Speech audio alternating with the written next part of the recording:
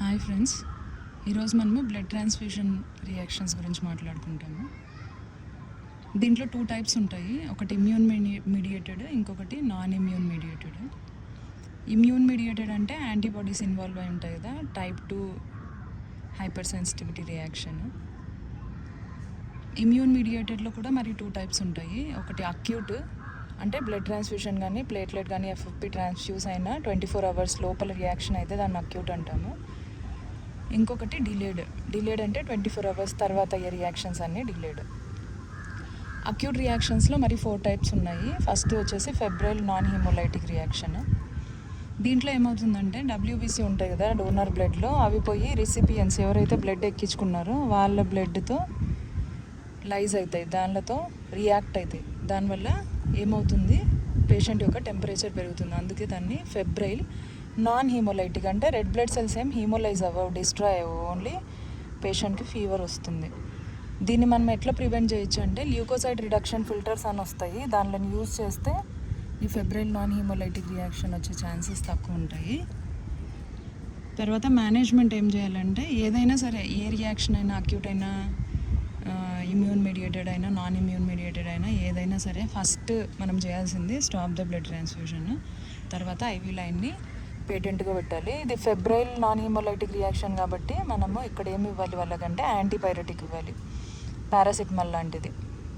Temperature dependent బట్టి doctors orders బట్టి oral paracetamol లేకపోతే ఐవీ పారాసిటమాల్ అనేది డిసైడ్ చేస్తాము. మ్యాక్సిమం ఐవీ పారాసిటమాల్ ఇస్తారు. సెకండ్ టైప్ వచ్చేసి అక్యూట్ హీమోలైటిక్ రియాక్షన్. ఇక్కడ హీమోలైటిక్ అంటే ఏమవుతుంది, ఆర్బీసీస్ యొక్క డిస్ట్రక్షన్ అవుతుంది, దాన్ని మనము అక్యూట్ హీమోలైటిక్ రియాక్షన్ అంటాము. ఇది ఎప్పుడు జరుగుతుందంటే ఒకవేళ రాంగ్ బ్లడ్ ప్రోడక్ట్ మనము ట్రాన్స్ఫ్యూజ్ చేసినప్పుడు అక్యూట్ హీమోలైటిక్ రియాక్షన్ అనేది జరుగుతుంది. దీంట్లో ఒక బ్లడ్ గ్రూప్ వేరే బ్లడ్ గ్రూప్ వాళ్ళకి ఎక్కించడం కానీ లేకపోతే మనకు తెచ్చేది కరెక్ట్గా తెస్తారు, మనం చూసుకోకుండా బ్లడ్ డిఫరెంట్ పర్సన్కి ట్రాన్స్ఫ్యూజ్ చేయడం వల్ల కానీ ఈ హీమోలైటిక్ రియాక్షన్ అనేది జరుగుతుంది. అప్పుడు మనం ఏం చేయాలంటే వెంటనే stop the blood transfusion, ivy fluid ఇవ్వాలి ఎన్ఎస్. తర్వాత పేషెంట్ యొక్క urine sample, blood sample collect చేసుకోవాలి. పేషెంట్ని క్లోజ్ మానిటరింగ్లో పెట్టి సపోర్టివ్ మేనేజ్మెంట్ ఇవ్వాలి. థర్డ్ టైప్ వచ్చేసి అలర్జిక్ అండ్ అనాఫిలాక్టిక్ రియాక్షన్. ఈ ముందు febrile non haemolytic reaction, acute haemolytic reaction, ఈ రెండు type 2 hyper sensitivity reactions. Allergic anaphylactic reaction వచ్చేసి టైప్ 1 అంటే దీంట్లో యాంటీబాడీస్ కాదు మీడియేట్ చేసేది, ఐజీఈ మీడియేట్ చేస్తుంది, అలర్జీ అవుతుంది. ఇది జనరల్గా మనం చూస్తూ ఉంటాము. ఇది first 15 minutes of blood transfusion start అయ్యే టైంలోనే స్టార్ట్ అవుతుంది. దీనికి కూడా మనం ఏం చేయాలంటే బ్లడ్ ట్రాన్స్ఫ్యూషన్ని స్టాప్ చేయాలి. తర్వాత వీళ్ళకి 0.5 ml ఎపినెఫ్రిన్ ఇవ్వాలి, ఇంజెక్షన్ అడ్రినలిన్, డైల్యూట్ చేయకుండా నాన్ డైల్యూటెడ్, అది 1:1000 డైల్యూషన్లో ఆల్రెడీ వస్తుంది. నాన్ డైల్యూటెడ్ 0.5 ml ఐఎం ఇవ్వాలి అడల్ట్స్లో అయితే. ఒకవేళ చిల్డ్రన్లో అయితే 0.3 ml ఇస్తాము, ఐఎం ఇస్తాం వాళ్ళకు కూడా. వాళ్ళకి థైమజిల్లో వాస్టస్ లాటరాలిస్లో ఇస్తాము. వాళ్ళకి యూజ్ చేసే సిరింజ్ మనము ట్యూబర్క్యులిన్ సిరింజ్ యూజ్ చేస్తాము. Next 4th type of acute blood transfusion reaction వచ్చేసి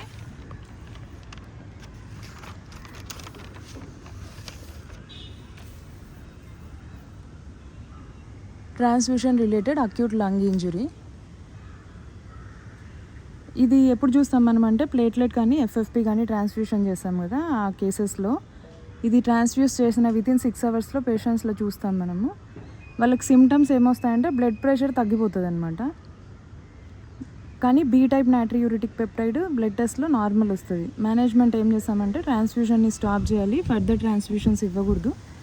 అదంతా కదే 24 hours లంగ్ ఇంజురీ తగ్గిపోతుంది. నెక్స్ట్ మనం అక్యూట్ ఒకటి డిలేడ్ ఒకటి అని చెప్పాం కదా. నెక్స్ట్ వచ్చేసి డిలేడ్ ట్రాన్స్ఫ్యూషన్ రియాక్షన్స్. ఇవి 3 types ఉన్నాయి. ఫస్ట్ది వచ్చేసి delayed haemolytic reaction. Delayed haemolytic reaction occurs within 2 weeks of blood transfusion. Acute haemolytic reaction చూసాం కదా, అది బ్లడ్ ట్రాన్స్ఫ్యూజ్ అయ్యే టైంలో అవుతుంది. ఇది డిలేడ్ వచ్చేసి ట్రాన్స్ఫ్యూజ్ చేసిన 2 weeks తర్వాత అవుతుంది. దీంట్లో సిమ్టమ్స్ ఏం చూసాం మనం పేషెంట్స్లో అంటే అనీమియా, జాండీస్ అనే సిమ్టమ్స్ వల్ల మేనిఫెస్ట్ చేయొచ్చు వాళ్ళు. దానివల్ల మనకి ఓపీడీకి కానీ హాస్పిటల్లో అడ్మిషన్ కానీ వస్తారు. మేనేజ్మెంట్ ఏం చేస్తారు దానికి అంటే ఫర్దర్ ట్రాన్స్ఫ్యూషన్స్ ఇవ్వరు, బ్లడ్ ట్రాన్స్ఫ్యూషన్స్. పేషెంట్ని ఐవీ ఫ్లూయిడ్ ఇచ్చి హైడ్రేట్ చేస్తారు. ఇమ్యూన్ రియాక్షన్ జరుగుతూ ఉంటుంది లోపల కాబట్టి ఐవీఐజీ ఇస్తారు ఇమ్యూన్ సప్రెస్ చేయడానికి. ఎరిథ్రోపాయిటిన్ ఇస్తారు న్యూ బ్లడ్ సెల్స్ని ప్రొడ్యూస్ చేయడానికి. Second type of delayed blood transfusion వచ్చేసి పోస్ట్ ట్రాన్స్ఫ్యూషన్ ప్లేట్లెట్ రియాక్షన్. ఇది ఏమవుతుంది అంటే మన బ్లడ్లో హ్యూమన్ ప్లేట్లెట్ ఏజెంట్ 1A అని ఉంటుంది అనమాట. ఒకవేళ డోనర్ బ్లడ్లో అది ఉండి రిసిపియెంట్ బ్లడ్లో అది లేకపోతే రిసిపియెంట్ బ్లడ్ మీద ఇది పోయి అటాక్ చేస్తుంది, దానివల్ల వస్తుంది ఇది పోస్ట్ ట్రాన్స్ఫ్యూషన్ ప్లేట్లెట్ రియాక్షన్. దీని మేనేజ్మెంట్ ఏమి ఇస్తాము అంటే పేషెంట్స్కి స్టీరాయిడ్స్ ఇస్తారు ఇమ్యూనిటీ సప్రెస్ చేయడానికి. ఐవీఐజీ కూడా అదే పని చేస్తుందండి. ఒకవేళ ప్లేట్లెట్స్ ఇంకా తక్కువ అయిపోయి పేషెంట్కి బ్లీడింగ్ అవుతుంటే అప్పుడు మేము ఏమి ఇస్తామంటే ఫ్రెష్ ఫ్రోజన్ ప్లాస్మా అనేది ఇస్తాము. నెక్స్ట్ వచ్చేసి transfusion associated graft versus host disease. ఇది ఓన్లీ ఇమ్యూనో కాంప్రమైజ్డ్ పేషెంట్స్లో మాత్రమే చూస్తాము. ఇది ఒక టైప్ 4 హైపర్ సెన్సిటివిటీ రియాక్షన్. దీంట్లో యాంటీబాడీస్ రోల్ ఏమాత్రం ఉండదు, ఓన్లీ టీ లింఫోసైట్స్ మాత్రమే యాక్ట్ చేస్తాయి. ఇంతవరకు డిస్కస్ చేసిన అన్ని బ్లడ్ ట్రాన్స్ఫ్యూషన్ రియాక్షన్స్ టైప్ 2. మనం చూసిన అలర్జిక్ రియాక్షన్ అనాఫిలాక్టిక్ రియాక్షన్ అక్యూట్లో అది టైప్ 1 రియాక్షన్. తర్వాత ఇది transfusion associated graph versus host disease type 4 hyper sensitivity reaction.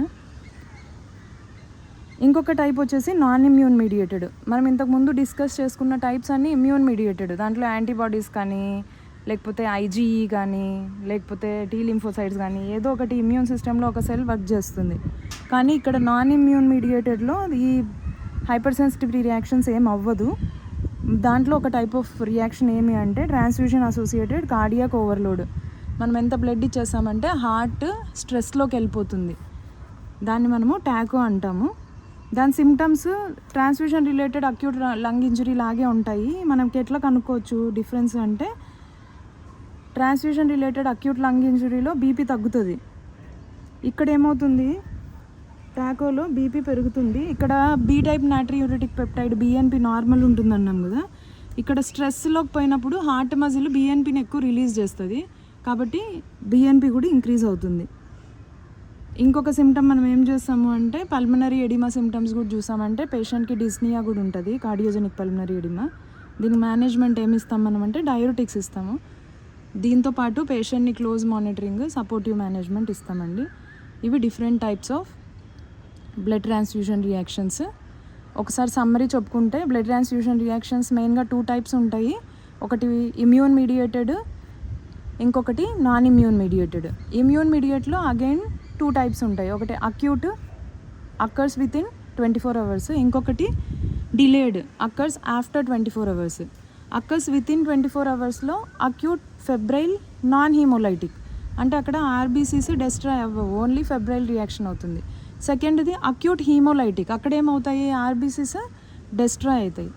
Next third type వచ్చేసి అలర్జిక్ అండ్ అనాఫిలాక్టిక్ రియాక్షన్స్ రొటీన్గా మనం చూసేది. తర్వాత ఫోర్త్ది వచ్చేసి transfusion related acute lung injury, ఇవి వచ్చేసి అక్యూట్ టైప్స్ అండి. నెక్స్ట్ డిలేడ్లో 3 టైప్స్ ఉన్నాయి. Delayed haemolytic reaction, post transfusion platelet reaction, transfusion associated graft versus host disease. ఇది ఓన్లీ ఇమ్యూనో కాంప్రమైజ్డ్ పేషెంట్స్లోనే చూస్తాము. నాన్ ఇమ్యూన్ మీడియేటెడ్లో ఓన్లీ 1 టైప్ ఆఫ్ రియాక్షనే ఉంది, దాన్ని ట్రాన్స్ఫ్యూషన్ అసోసియేటెడ్ కార్డియాక్ ఓవర్లోడ్ అని అంటామండి. ఈ టాపిక్ ఇంతే అండి. ఏమైనా దీంట్లో డౌట్స్ ఉన్నా కానీ మీరు ఏమైనా దీనికి యాడ్ చేసి ఇన్ఫర్మేషన్ చెప్పాలన్నా కానీ మీ కామెంట్స్లో పోస్ట్ చేయండి. Thank you.